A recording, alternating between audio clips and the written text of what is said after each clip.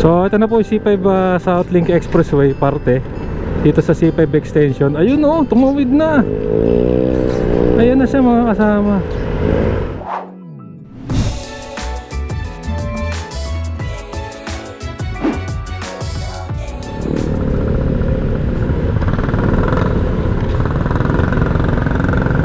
Alright, magandang araw mga kababayan. Dito tayo ngayon sa Evacom, Paranaque. So update lang natin, no? January 21, araw po ng linggo. So ngayon lang tayo nakadaan dito sa parte ng Paranaque na ito, no? Ito, Naiya Road going, ayan, airport mga kababayan. So cover natin ngayon itong C5 Southlink Expressway, no? Dito sa parte ng SM Sukat. Kitang kita po yan dito. Kasi dadaanan din po natin yung parte niya dyan sa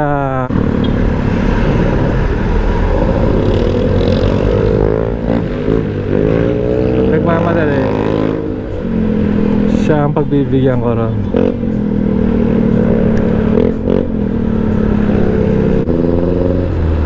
So cover natin, no, yung parte po dyan sa Cavitex, sa intersection ng Cavitex mga kababayan, no, yung interchange mismo pupuntahan natin.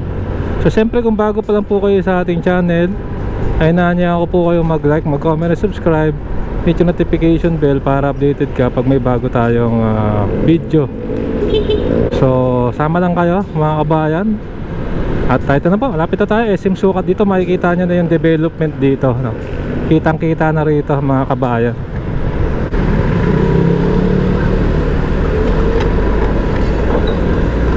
Pangit ng daan dito.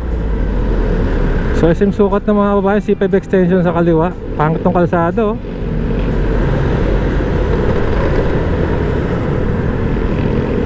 So ito na po yung C5 Southlink Expressway parte dito sa C5 extension. Ayun oh, tumawid na. Ayan na siya mga kasama. Kala mo tren, no? Ayan oh, tumawid na mga kabayan.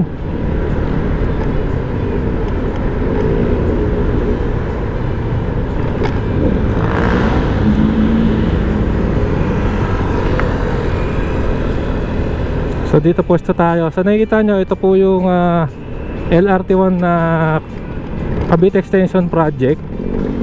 So kakaliwa tayo rito para makita natin yung latest development mga kabayan.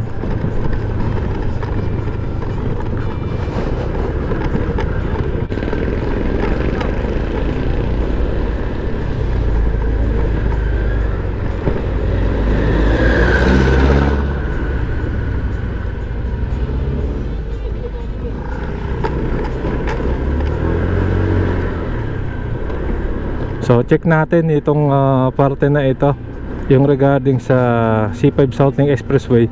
Pero yun nga po, no, ito habang dumadaan tayo, kalimutan ko ang lugar to. Anong barangay ito? Bagong Paranaque, San Dionisio ba to? So comment down below na lang, no. Dito rin pala sa lugar na ito, pag nakakanad kayo mga bayan, nakapanood ako rito, may nang-hold up tuwing gabi. So hindi ko naman sinasabing lahat dito ganun, no, pero nakuha na sa CCTV yung mga naglalakad na hindi taga rito, may sumusunod. Kaya ingat po kayo rito, no, dito sa parting ito. Sana po masolusyonan ng barangay. Dito po mismo napanood ko kaya sabi ko familiar. At kawawa po yung mga kababayan natin. Yung iba po parang galing lang ng probinsya, no, parang may tinitignan lang uupahan, ganun, na hold up pa. Kawawa naman.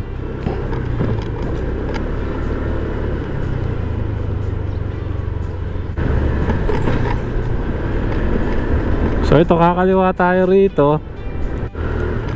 Kakaliwa tayo rito mga kabayan.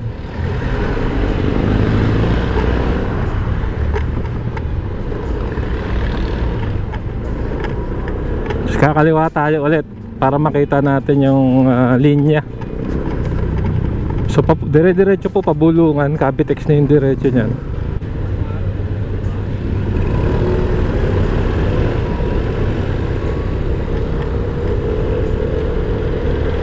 Ito, puntahan natin mga kasama. Sama kayo.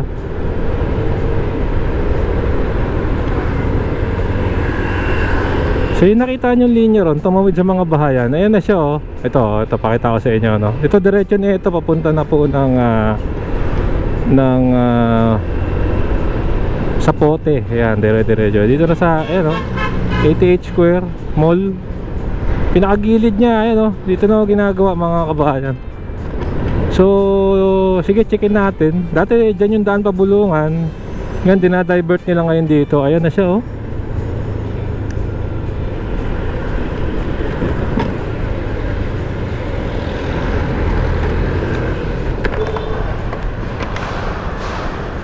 So dito na tayo ngayon sa pinakailalim. Parang wala nang daan doon. Pero sige, for the sake of update check lang natin. Pero ayun no, papunta doon tayo nang galing kanina. Dati raw terminal ng bus yan.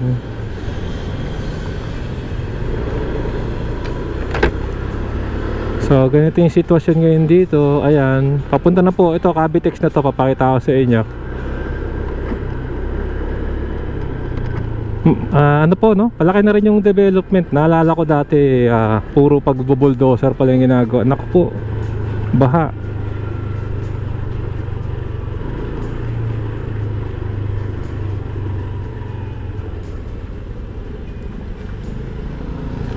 Hindi na ako dediretso mga kabayan at baha. Pero yun na nga, Cavitex na yun. Oo. So kasi papunta rin tayo Maynila, magbulungan tayo eh. So ayan, kitang kita oh mga kabayan. Yung papunta rin sa Sukat, sa pinanggalingan natin kanina, SM City Sukat. So balik tayo. Grabe baha no.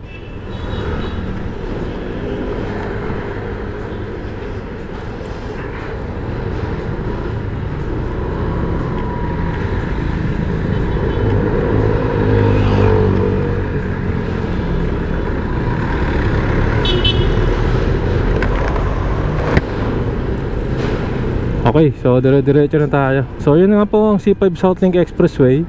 Yung nakikita yung parang maliit na tunnel yun, palabas na ho yun ng Cavitex no, mga kababayan.